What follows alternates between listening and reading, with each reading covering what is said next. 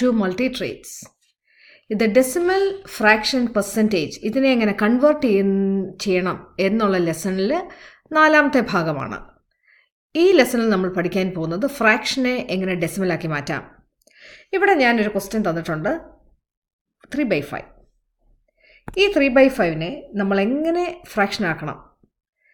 ഒരു ഫ്രാക്ഷൻ കിട്ടിയാൽ നമ്മൾ അതിനെ ന്യൂമറേറ്ററിനെ divide the numerator by the denominator. So നമുക്കതൊന്ന് ചെയ്യാം. ഇവിടെ 3 divided by 5.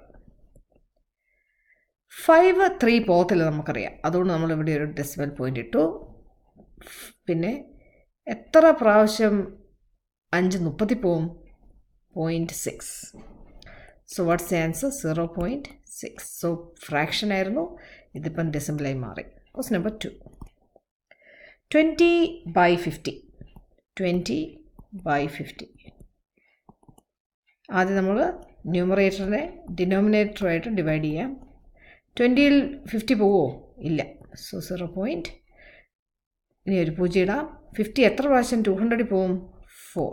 So answer is 0.4. Number 3. 2/50. അപ്പോൾ ഫ്രാക്ഷൻ ആണെങ്കിൽ ഡെസിമലാക്കണമെങ്കിൽ നമ്മൾ ജസ്റ്റ് അങ്ങ് ഡിവൈഡ് ചെയ്തുകൊണ്ടാൽ മതി. 2/50. 2 പോകത്തില്ല, അതുകൊണ്ട് നമ്മളൊരു പോയിൻ്റ് ഇട്ടു. 20 പോവോ? 50 20 പോവോ? ഇല്ല, അതുകൊണ്ട് നമ്മൾ ഇനി ഒരു 0 ഇടണം. ഇനി 200 പോവോ? Yes. 50 × 4 is 200. So what's answer? 0.04. അപ്പം ഫ്രാക്ഷനെ ഡെസിമലാക്കണമെങ്കിൽ നമ്മൾ ഫ്രാക്ഷനെ അങ്ങ് ഡിവൈഡ് ചെയ്യുക.